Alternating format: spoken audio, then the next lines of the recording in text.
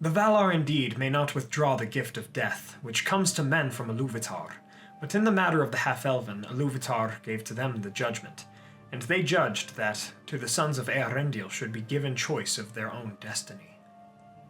Greetings and well met, my dear friends. Yoistin here, and I hope you all are doing well, wherever you are in Middle-earth. Today we are going to look at the Half-elves of Middle-earth, and though they are few in number, for the circumstances that unite men and elves in marriage seldom happen, the half-elven kind are crucially important to Middle-earth overall. There will of course be related articles and videos in the description and cards, so please check those out for more info. My friends, thank you all for joining me today. Let's begin our tale. To discuss the Peredhil, or the half-elven, we must first discuss the unions that made them.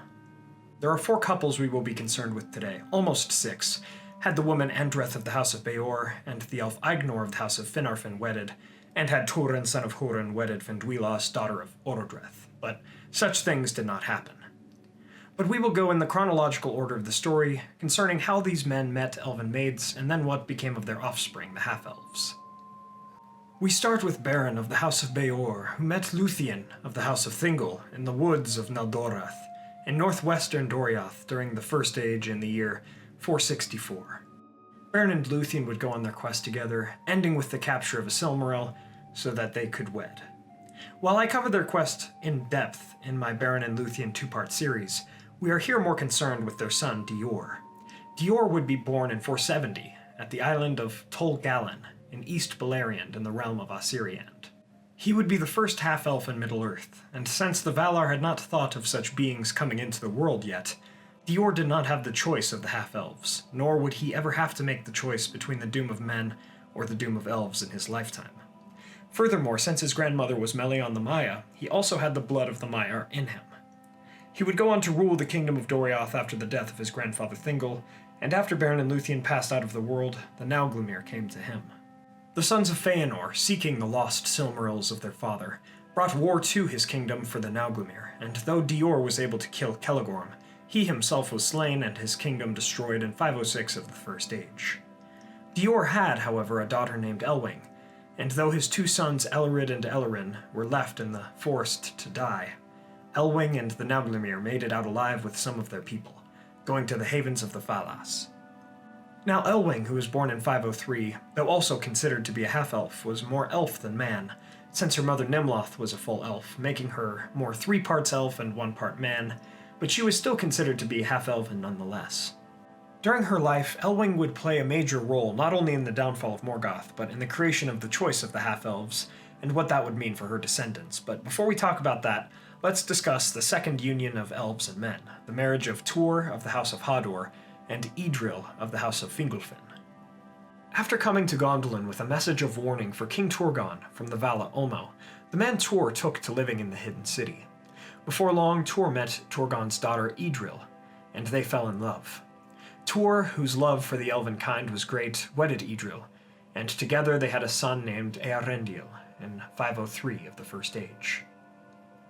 While again this story is told more in full in my Fall of Gondolin 2-part series, ultimately the city would be destroyed in 510, and Earendil and his parents, along with other refugees, would make their way to the havens of the Falas, where there would eventually be a union between the 2 half-elves and their lines, and Earendil and Elwing would wed.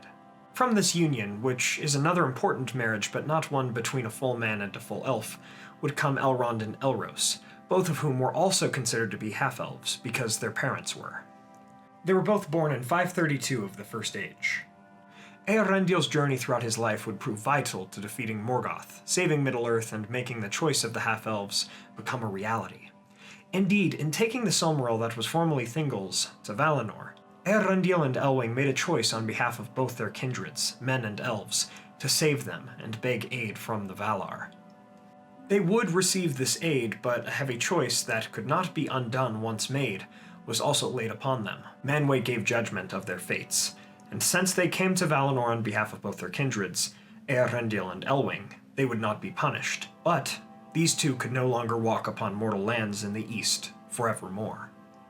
Further, it was up to them and their children individually to decide for themselves if they were to be considered as elves or as men, and their dooms would follow thusly.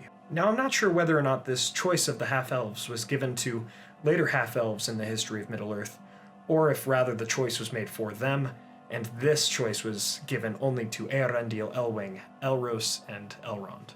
For this, it seems that the half-elves were counted more as elves rather than men, but I'm not sure. Dior did not live long enough for me to know if he was truly immortal, and indeed, Dior had children quite soon in his life for an elf, as did Earendil and Elwing. Elves typically have children later in life than men do, so I'm not sure if half-elves before the choice were considered to be more elvish or mannish. I would assume that they were considered to be more elvish. So perhaps Tolkien left this ambiguous on purpose? Anyway, the choices were made, and Elwing made the choice of her grandmother Lúthien, taking the path of the elves, although Lúthien herself perished with her mortal husband. And though Eärendil's heart was rather with the kin of his father Tuor, men, he chose to be an elf for his wife's sake, even as his father Tuor perhaps became joined to the fate of the elves as well, being the only man to ever do so. And so it was that Eärendil and his wife made the elven choice, which was good, for they, and Eärendil especially, would have much yet to do in their lives. Eärendil would sail his ship Vingalot across the sky as a star, bearing the Silmaril of Thingol with him, and he would aid in the downfall of Ancalagon the Black during the War of Wrath. Elwing, on the other hand, would learn the language of seabirds in the Undying Lands and learn to fly among them, to meet with her husband in the sky. And so their choices were made, and even to this day they dwell together in the west, and in the sky. But their sons also had the half-elven choice to make for themselves. Elrond, of course, the most famous of half-elves, would be counted among the Eldar, being of the kin of the High King Gil-galad. He would go on to continue the elven line of Fingolfin, even with his wife Celebrian, who would continue the elven line of Finarfin.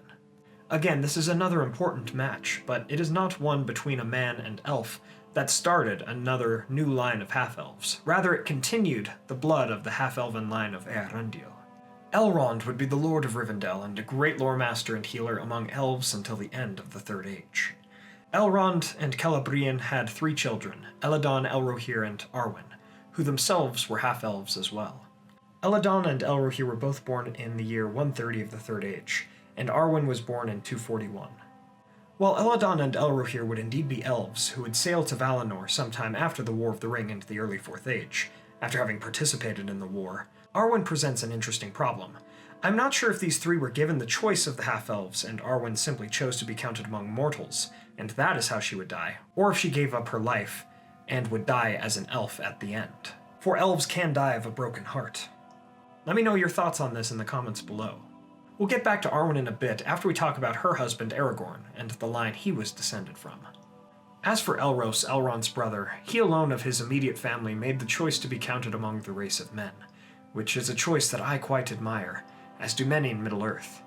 Men needed a king, for the blood of Hador, Beor, and even Haleth were manifested in Elros, and he would be that king, and the wisest of all kings of Númenor. Even as a mortal, he would live to be 500 years old, the oldest of any man that has walked in Middle-earth. And he would rule Númenor for 410 years as Tar-Minyatur. There would come a time, however, during the darkening of Númenor, when Elros' descendants would rue the decision that Elros made, for they wished to have immortality themselves. But eventually, Elros' descendancy would come to the man Aragorn II, son of Arathorn, who would be known as Elessar during his days as king. Though he was descended of half-elves, he was not one himself, and so we come to the final union between elves and men, Aragorn and Arwen, who thus started a new line of half-elves, while reuniting the houses of Elros and Elrond and the half-elven blood of Eärendil and Elwing at the same time. I plan to make a video about the love story of Aragorn and Arwen soon, but I will summarize it a bit here, after I go on a bit of a tangent to speak about the third union of elves and men that supposedly happened in the annals of Middle-earth's history. It is said that when Nimrodel and her followers came from Lothlorien to the Bay of Belfalas sometime after 1981 of the Third Age, so that Nimrodel and her lover Amroth of Lorien might leave Middle-earth, a sylvan elf named Mithralas of the house of Ingelamir became lost in the forest of Dor in Earendil, and was found by the Gondorian lord descended from Numenor, Imrazor. Together, this man and elf had a son and daughter, Galador and Gilmith. Galador, born in 2004, would go on to be the first prince of Dol Amroth, and his lineage thus had elven blood in it, though they were men. What became of Gilmith is unknown, though her mother, the sylvan elf Mithralas, ran away at night, and was never seen again. Whether the choice of the half-elves was also given to Galador and Gilmeth is unknown to me, but either way, Galador would receive the doom of men, and his descendant Imrahil would be remarked by Legolas as having elven blood in his heritage. And so we come back to the final union of man and elf, Aragorn and Arwen. And throughout his life, Aragorn would seek to achieve the fate Elrond laid upon him so that he might marry Elrond's daughter, Arwen. In 2980, Aragorn and Arwen would be engaged in Lothlorien at Ciaran Amroth, and in 3019, after the return of the king to the thrones of Gondor and Arnor, Aragorn and Arwen were wed. They would go on to have a son named Eldarion sometime in the early Fourth Age, as well as several daughters. These would be the last true half-elves of Middle-earth, and I am unsure if they were given the choice of half-elves, or if they were forced to share in the doom of men, as they inevitably would.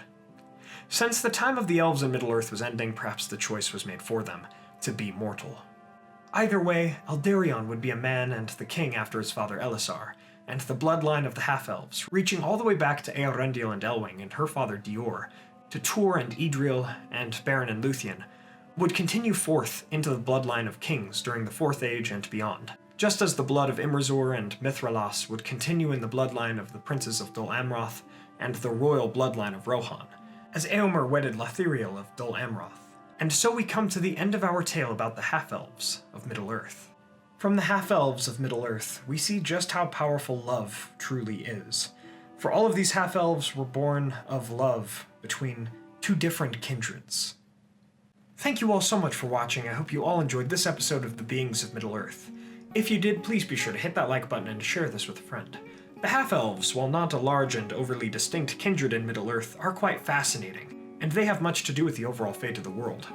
It's also interesting to me that the half-elven bloodlines are the bloodlines of the greatest kings of men at the beginning of the Fourth Age. To further support the channel, please check out our music channel, Facebook, Twitter, merch, and Patreon for a podcast and Discord server. All of those links are in the description below. I want to shout out our Valar tier patrons: Adrian De La Torre, Chris Ortner, Peter Shepard, Jonathan Putnam, Mark Kralik, Blair Scouton, Tobias Goldner, Ryan Ramsey, Adam Rink Merton, and John Hume.